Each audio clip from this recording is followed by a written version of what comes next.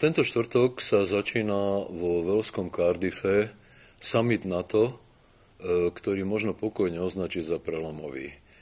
Je to vlastne prvý summit, ktorý má takú dôležitosť, odkedy je Slovensko členskou krajinou NATO, a vlastne možno najdôležitejší summit od skončenia studenej vojny za posledných 25 rokov, pretože sa odohráva za úplne iných okolností. Teda ak abstrahujeme od tých summitov, na ktorých sa rozhodlo, že NATO sa rozšíri, napríklad aj o Slovenskú republiku. V tejto súvislosti treba pripomenúť históriu slovenského členstva v NATO.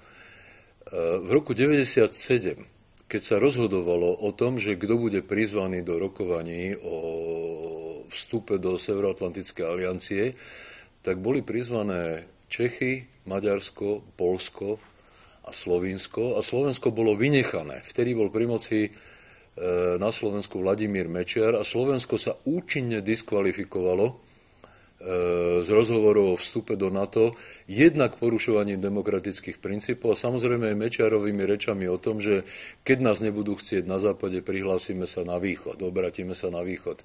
A nikto nechce prijať do klubu člena, ktorému už pred prijatím nie je jasné, kam chce patriť. Treba pripomenúť, že nás prijali potom až po páde Mečiarovej vlády, až po nástupe, po obnovovaní demokracie na Slovensku, a teda demokratických princípov, a samozrejme až po 11.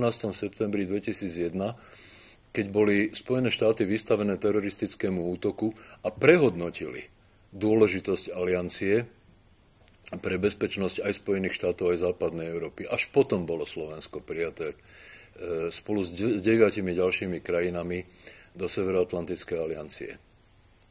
Nože teraz stojí aliancia poprvýkrát na križovatke, na aké už nestála dávno.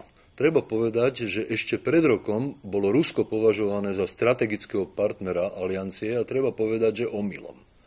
Pretože zo strany Ruska nikdy celkom nestíchla nepriateľská retorika, nikdy celkom nestíchlo to, že Rusko vlastne považuje blízkosť Severoatlantickej aliancie za nepriateľskú entitu, a že vlastne nepovažuje Spojené štáty a západné krajiny za spojencov, ale za súperov, prípadne nepriateľov.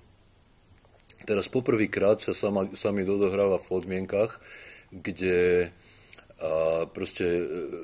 Rusko sa jednoznačne deklarovalo ako hrozba. Vladimír Putin začal pripomínať, že Rusko má jadrové zbrania a že teda nehodno ho dráždiť. A kde opätovne nastoluje územné požiadavky na susedné krajiny, ktoré sú suverennými štátmi a porušuje tak všetky medzinárodnoprávne záväzky. S týmto aliancia nebola konfrontovaná vlastne naozaj od konca studenej vojny.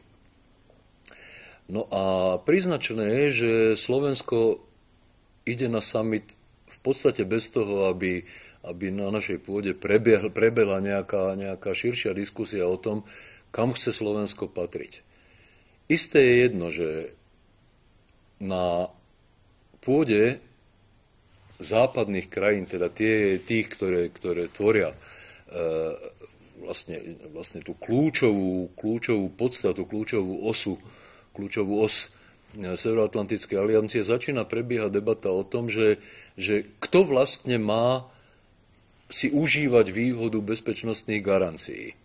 Napríklad Anne Applebaum, americká historička a manželka poľského ministra zahraničných vecí Radka Šikorského, napísala, že Spojené štáty a prezident Obama by mali prehodnotiť svoje záväzky voči partnerským krajinám v aliancii a jednoducho oznámiť tým krajinám, ktoré nie sú ochotné míňať viac ako tých úbohých 1% na svoje HDP, na svoje obranné rozpočty, že pre nich tie garancie ako si neplatia, pretože sú čiernymi pasažiermi, pretože sa chcú voziť na bezpečnostnom teda vlaku aliancie zadarmo.